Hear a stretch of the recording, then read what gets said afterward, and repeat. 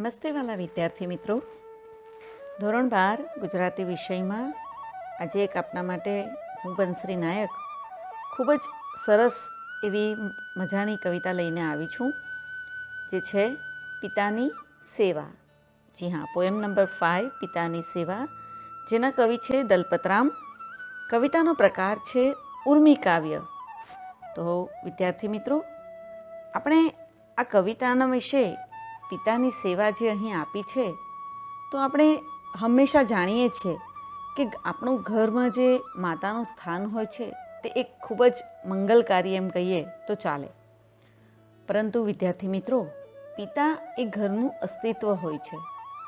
પરંતુ શું આ ઘરના અસ્તિત્વને આપણે ખરેખર સારી રીતે સમજી શક્યા છે ખરા? વિદ્યાર્થી મિત્રો, પિતાનું મહત્ત્વ હોવા છતાં પણ તેના વિશે આપણે જોઈએ તો વધુ લખવામાં નથી આવતું કે નથી બોલવામાં આવતું.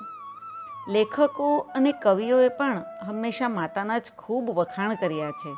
નિબંધ હોય તો માતૃપ્રેમ, માતાના જ વિશેનું કંઈક ને કંઈક લખાણ આપણે હંમેશા કરતા આવ્યા છે કે સાંભળતા આવ્યા છે. સારી વસ્તુનું કંઈક પણ જ્યારે લખાણ હોય તો તેની ઉપમા એટલે કે તેની કમ્પેરિઝન માતાની સાથે જ કરવામાં આવે છે. પરંતુ પિતા વિશે કશે બોલાતું નથી. રોજ આપણને સગવડ કરી આપનારી આપણી માતા હંમેશા વિદ્યાર્થી મિત્રો આપણને યાદ હોય છે. પરંતુ શું આ સગવડો જે આપણને મળી રહી છે તેની વ્યવસ્થા કરનાર, એટલે કે આપણા પૂરેપૂરા ઘરની, આપણા પૂરેપૂરા જીવનની જે આજીવિકાની વ્યવસ્થા કરનાર પિતા છે, તેને આપણે કેટલી સહજતાથી ભૂલી જતા હોઈએ છીએ, નહીં? તમને નથી લાગતું એવું? જીજાબાઈએ શિવાજીને ઘડ્યા એવું આપણે હંમેશા ભણ્યા વિદ્યાર્થી મિત્રો.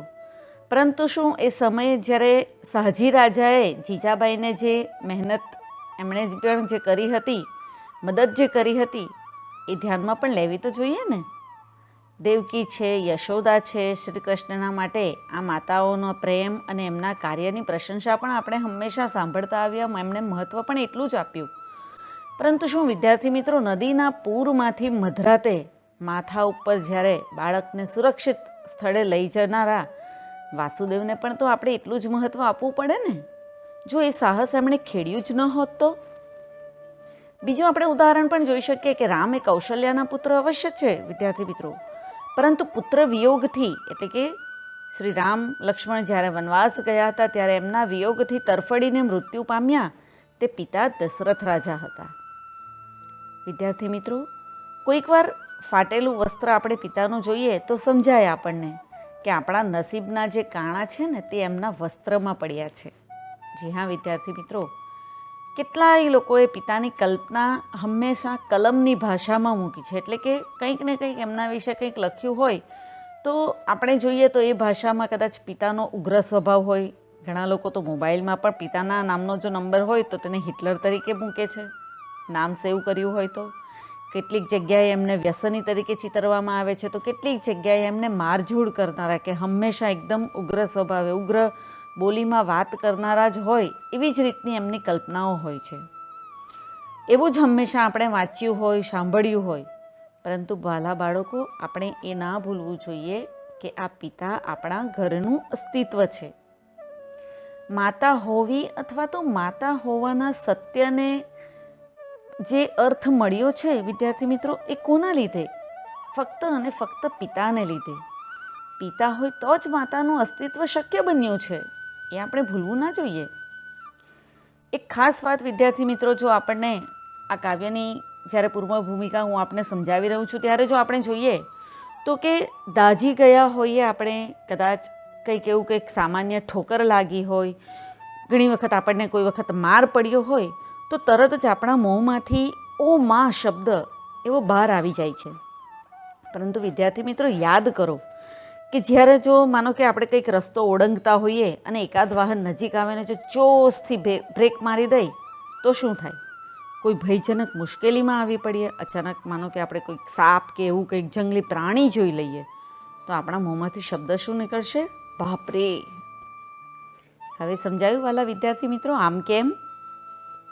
કારણ કે વિદ્યાર્થી મિત્રો, નાના સંકટોમાં તો આપણી મમ્મી આપણને હંમેશા સંભાળી લેશે, પરંતુ તમારા જીવનમાં તમારા ઉપર જ્યારે કોઈક વખત મોટી સમસ્યાઓના જો વાદળો ઘેરાય, સંકટ ઘેરાય ને વિદ્યાર્થી મિત્રો, તો યાદ રાખશો, હંમેશા તમારા પિતા જ તમારી પાસે આવશે.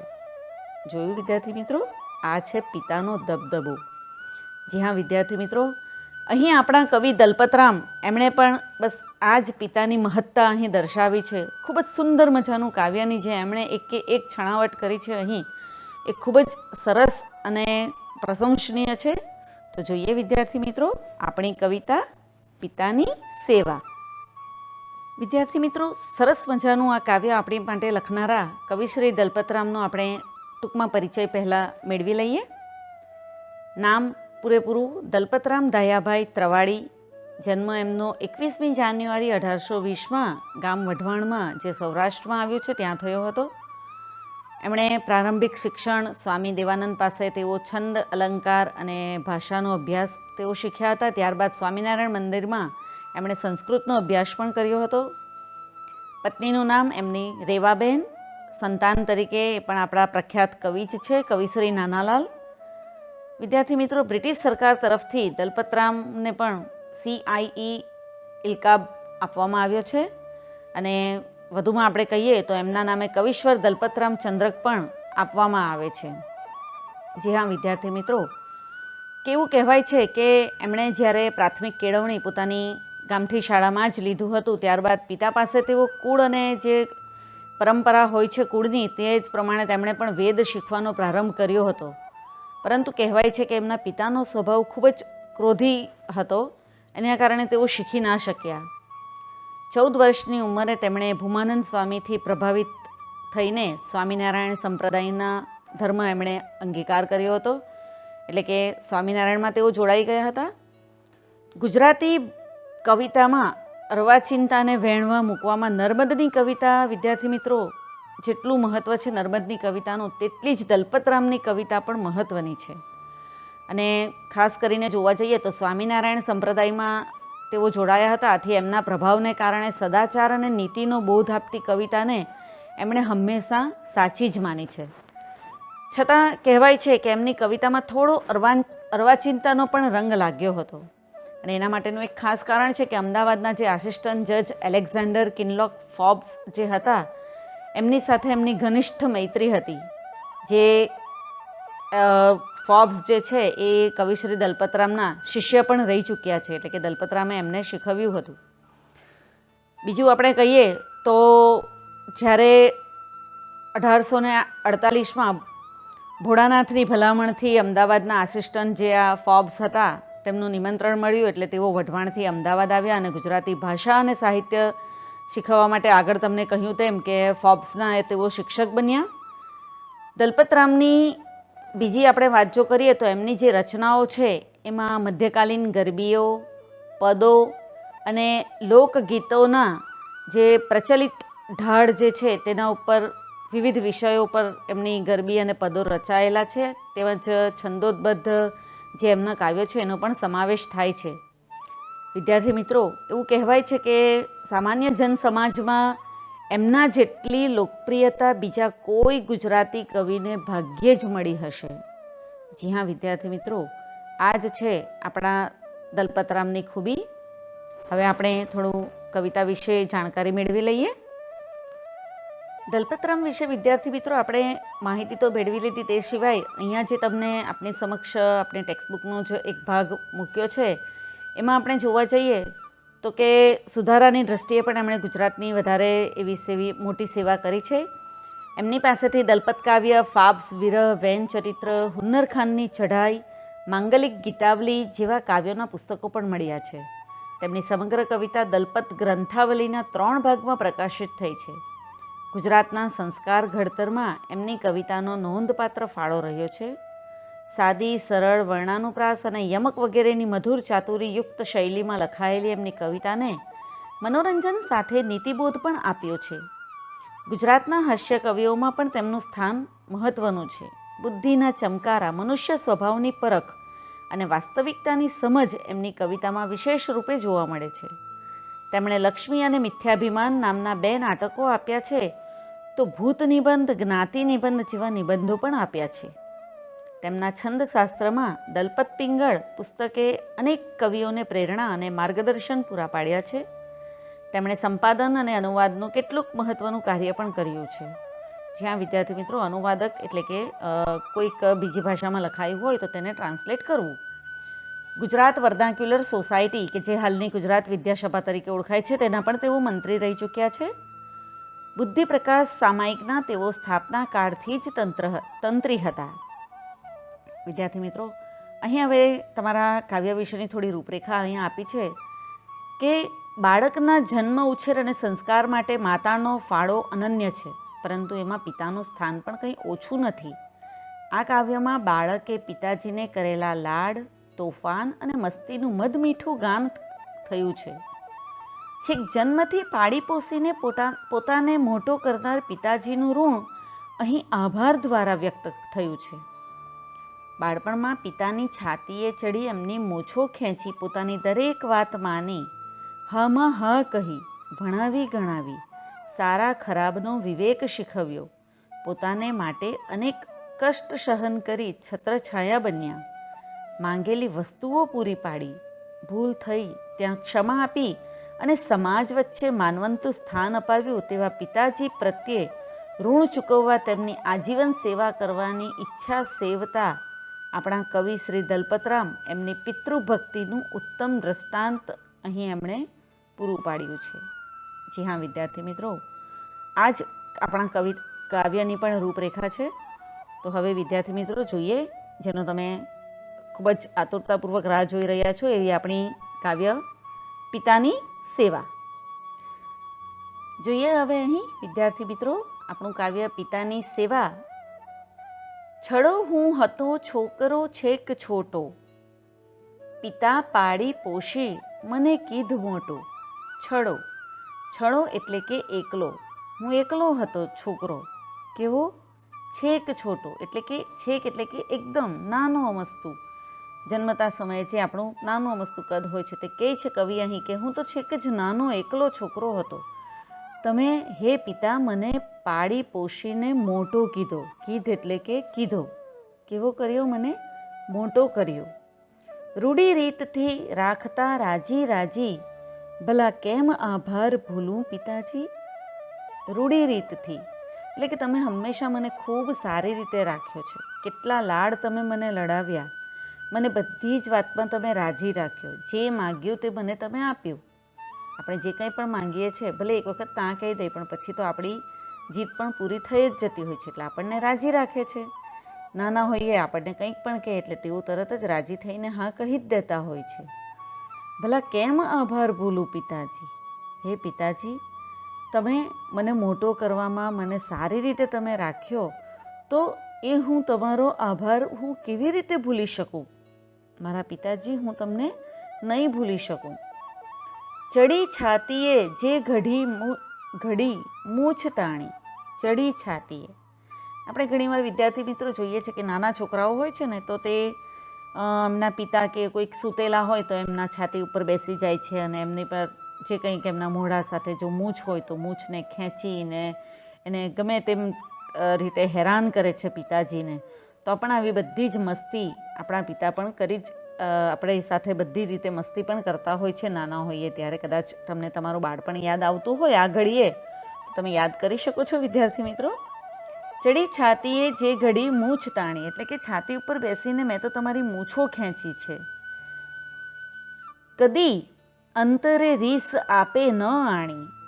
આટલા બધા મેં તોફાન કર્યા એવું કહે છે અહીં કવિ દલપતરામ કે મેં તોફાન કર્યા તો પણ તમે તમારા અંતરમાં એટલે કે દિલમાં કદી એટલે કે કોઈ દિવસ તમે રીસ નથી લાગી. તમને રીસ નથી લાગી કે તમે કોઈ દિવસ મારા ઉપર ખીજવાયા નથી કે નથી મારાથી નિરાશ થઈ ગયા એવું અહીં તેઓ કહે છે. કહ્યું મેં મુખે તે કર્યું હાજી હાજી. કહ્યું મેં મુખે મારા મોઢેથી મેં તમને જે કંઈ પણ કહ્યું એ બધુંમાં જ તમે હાજી હાજી એટલે કે હા ડેડી મને ડેરી મિલ્ક જોઈએ છે. હાજી ડેડી મને રમકડું આ જોઈએ છે. હાજી મને આ મોબાઈલ જોઈએ છે. હાજી કહેવાનો મતલબ વિદ્યાર્થી મિત્રો જે કંઈ પણ આપણે પિતાજીની સમક્ષ આપણી જે કંઈક પણ ડિમાન્ડ હોઈએ છે તે આપણે હાજર કરીએ છીએ અને તેઓ તરત જ હાજી કરી દેતા હોય છે. તો પછી ભલા તમારો આભાર હું કેવી રીતે ભૂલું પિતાજી? એમ અહીં કવિ શ્રી દલપતરામ કહે છે કે તમે મને બધી જ વસ્તુ આપી, કદી કોઈ વસ્તુ માટે તમે મને ના કીધી જ નથી. હંમેશા તમે મને જે કંઈક પણ મેં માંગ્યું એ બધી જ મને વસ્તુઓ તમે લાવી આપી છે. તો તમારો આભાર હું કઈ રીતે ભૂલું પિતાજી? મને સારી શિક્ષા શીખાવી સુધાર્યો. વિદ્યાર્થી મિત્રો, માતા પિતાનું હંમેશા એક એમનું ધ્યેય હોય છે, ખાસ કરીને પિતા, કે બાળકને શાળાએ મૂકવું તો એવી શાળામાં મૂકવું કે જ્યાં એને સારામાં સારી શિક્ષા મળે. જ્યાં વિદ્યાર્થી મિત્રો, એ જ તો કલાકો સુધી લાઇનમાં ઊભી રહીને કેટલાય એડમિશન માટે તેઓ પોતે દુઃખી થતા હોઈએ છે. કેમ? કારણ કે મારા બાળકને સારી શિક્ષા મળશે તો એ સારા સંસ્કાર પામશે. ઘરેથી તો એમને સંસ્કાર મળતા જ હોય છે, પરંતુ જે વિદ્યાના પાઠ, જે ઘરની સાથે સાથે જે બહારની દુનિયાના પાઠ બી જે શીખવવાના હોય છે, તો એના માટે એને સારી એવી શાળામાં મૂકવું જોઈએ કે જેથી કરીને એ પોતે પણ પગભર બની શકે અને પોતાના કુટુંબને, પોતાના ઘરને, પોતાના સમાજને, પોતાના દેશને પણ એ સારી એવી ખ્યાતિ અપાવી શકે, એમનું નામ રોશન કરી શકે, કુળનું નામ દીપાવી શકે. એટલા માટે અહીં કવિ દલપતરામ કહે છે કે તમે મને ખૂબ સારી શિક્ષા અપાવીને મને સુધાર્યો. એટલે કે જો મને શિક્ષા સારી નહીં મળતે તો કદાચ હું ખૂબ વંઠેલ છોકરો થઈ જતે, કે હું ખરાબ છોકરો થઈ જતે, મારામાં સારા એવા ગુણ આવતે જ નહીં. વળી આપી વિદ્યા વિવેકે વધાર્યો. તમે પણ મને સારામાં સારી વિદ્યા આપી. વિવેક એટલે કે બધી જ રીતે આજ્ઞાંકિત હોવું. કદી કોઈ વાતમાં આપણે એમની સાથે કંઈક વધારે આર્ગ્યુમેન્ટ નહીં કરીએ, ઊંચા અવાજે બોલવું નહીં, બધાની સાથે વ્યવસ્થિત રીતે વાતચીત કરવી, જે આપણામાં એક સામાન્ય ગુણ હોવા જોઈએ, એ દરેક ગુણ તમે મને પણ આપ્યા છે અને સારી એવી શાળાએ મૂકીને મને શિક્ષા પણ તમે ખૂબ જ સરસ અપાવી છે. એવું અહીં કવિ દલપતરામ કહે છે કે તમે મને સારી શિક્ષા પણ શીખવાડી, વિદ્યા અને વિવેક પણ હે પિતાજી મને તમારા દ્વારા પણ એટલા જ મળ્યા છે. ભલી વાતના ભેદ સીધા દીધાજી. એટલે કે શું સારું છે, શું ખોટું છે, કઈ વસ્તુ આપણા માટે નુકસાનકારક છે અને કઈ વસ્તુ આપણા માટે ખૂબ જ સારી છે, આ બધી વાતોનો ભેદ, એ સિવાય જે કંઈક પણ સમાજના જે ખોટા સાચા જે કંઈક પણ ભેદ હોય છે, આ બધા ભેદ એટલે કે તફાવત તમે મને બતાવ્યા. શું કઈ વાતો જે નહીં કહેવાવી જોઈએ, અમુક વાતો જે હોય, છુપાયેલી વાતો હોય, તે પણ તમે મને હંમેશા કહીને મને સાચો રસ્તો બતાવ્યો છે. એવું અહીં કવિ શ્રી દલપતરામ કહે છે. ભલા કેમ આભાર ભૂલું પિતાજી, કદી કોટી કોટી સહી કષ્ટ કાયા. કે તમારી કષ્ટ એટલે કે કેટલા એવા બધા તમે દુઃખ ભોગવ્યા છે તમારા શરીરે. કાયા એટલે કે શરીર, કોટી કોટી એટલે કે કરોડો કરોડો. તમે કેટલાય દુઃખ તમારા શરીરે કષ્ટ સહન કર્યા છે. સવારથી લઈને સાંજ સુધી તમે જે ઘર પરિવાર માટે, અમારા લાલન પાલન માટે, મને પાળી પોષીને મોટો કરવા માટે તમે જે દિવસ રાત મહેનત કરો છો, તમારા શરીરે પણ કેટલાય એવા ઘાવ મળ્યા હશે, કેટલાય એવા દુઃખ તમને મળ્યા હશે, છતાં પણ તમે આ કરોડો દુઃખ સહન કર્યા છે. પરંતુ હંમેશા મને છાતીમાં લઈ કરી છત્રછાયા. તમે હંમેશા મને છત્રછાયા આપી છે, એટલે કે મારા માથા ઉપર હંમેશા તમારો હાથ રહ્યો છે, તમારી છાયા રહી છે. મને હંમેશા તમે છાતીએ લગાવીને રાખ્યો છે, કદી મને તમારાથી દૂર થવા દીધો નથી. અહીં કવિ દલપતરામ એમને કહે છે કે તમે જે બધી જ વસ્તુઓ મને સારી શિક્ષા શીખવી, મને વિદ્યા વિનય શીખવ્યા, આ બધી જ વસ્તુ મેં જે કંઈ માંગ્યું તે બધું મને આપ્યું, એમ કહીને અહીં તેઓ કહે છે કે તમે હંમેશા મને સ્નેહથી ભેટી જતા હતા. અને કહે છે અહીં પાછા કે અતિ પ્રાણથી પ્યાર જે આણતાજી, ભલા કેમ આભાર ભૂલું પિતાજી. અતિ પ્રાણથી એટલે કે તમારા જીવથી પણ વધારે તમે મને પ્રેમ કર્યો છે. તમે ખૂબ જ મારા પ્રત્યે પ્રેમ ભાવ રાખ્યો છે, હંમેશા મારી સાથે ખૂબ સારી રીતે વર્તન કર્યું છે અને તમારા પોતે કષ્ટ વેઠીને તમે મને પ્રેમ આપ્યો છે. તો તમારો આભાર હું કઈ રીતે ભૂલી શકું પિતાજી. અહીં વિદ્યાર્થી મિત્રો કવિ દલપતરામ સરસ કહે છે કે મને દેખી અત્યંત આનંદ લેતા, સુખે માગી વસ્તુ મને લાવી દેતા. મને દેખી, વિદ્યાર્થી મિત્રો, ઘણી વખત એવું બને છે કે આપણા પિતાજી કંઈક કામ અર્થે બહાર જતા હોઈએ, 2-3 દિવસ કે 10-15 દિવસ પછી જો પાછા ઘરે આવે છે, તો આપણે કેવા તરત જ પિતાજીને જોઈને, આપણા પોતાના ડેડીને જોઈને આપણે એકદમ એમને હગ કરી લઈએ છીએ, દોડતા દોડતા એમની પાસે જઈએ છીએ, અથવા તો પિતાજી આપણી પાસે દોડતા દોડતા, આપણને જોઈને જ એમના મુખ ઉપર એક આનંદની લાગણી છવાઈ જાય છે. તેમ અહીં કવિ કહે છે કે સુખે માંગી વસ્તુ મને લાવી દેતા, એટલે કે મેં જે વસ્તુ માંગી તમારી પાસે, એ વસ્તુ તમે મને લાવી દેતા હતા. કંઈ પણ વસ્તુ હું માંગું તો તમે મને લાવી આપતા હતા. પૂરો પાડ તે તો ભૂલે પુત્ર પાજી, ભલા કેમ આભાર ભૂલું પિતાજી. પુત્ર પાજી, પાજી એટલે કે અહીં નાદાન. જી હા વિદ્યાર્થી મિત્રો, આ બધી જે પિતાજી, એમ કવિ દલપતરામ કહે છે કે પિતાજી તમે જે કંઈક પણ આ બધું કર્યું છે એ એક જાતનો મારા પર તો ઉપકાર હું માનું છું. એટલે તમે જે મને સારી શિક્ષા અપાવી, તમારો આ પાડ હું કઈ રીતે ઉતારી શકીશ, હું કઈ રીતે આ બધી વસ્તુઓનું ઋણ ચૂકવી શકીશ. અને જો હું ભૂલી જવા તો હું ખૂબ નાદાન કહેવા, હું એકદમ જે બાળક, જે એણે આવું નહીં કરવું જોઈએ. એટલે કોઈક એવો નાદાન પુત્ર જ હશે તો તે કદાચ એ ભૂલી જશે આ બધા પાડ, આ બધા ઉપકાર જે પિતાજીએ કર્યા હોય, તો તે કંઈ અણસમજુ બાળક હશે, નિર્દોષ નાદાન કોઈક બાળક હશે ને તો જ તે ભૂલી જશે, એવું અહીંયા તેઓ કહેવા માંગે છે. પાજી એટલે કે નાદાન, નિર્દોષ બાળક. કોઈક એવું નિર્દોષ હશે, નાદાન હશે તો જ એ ભૂલી જશે. અણસમજુ બાળક જેને આપણે કહી શકીએ, નાદાન એટલે કે અણસમજુ.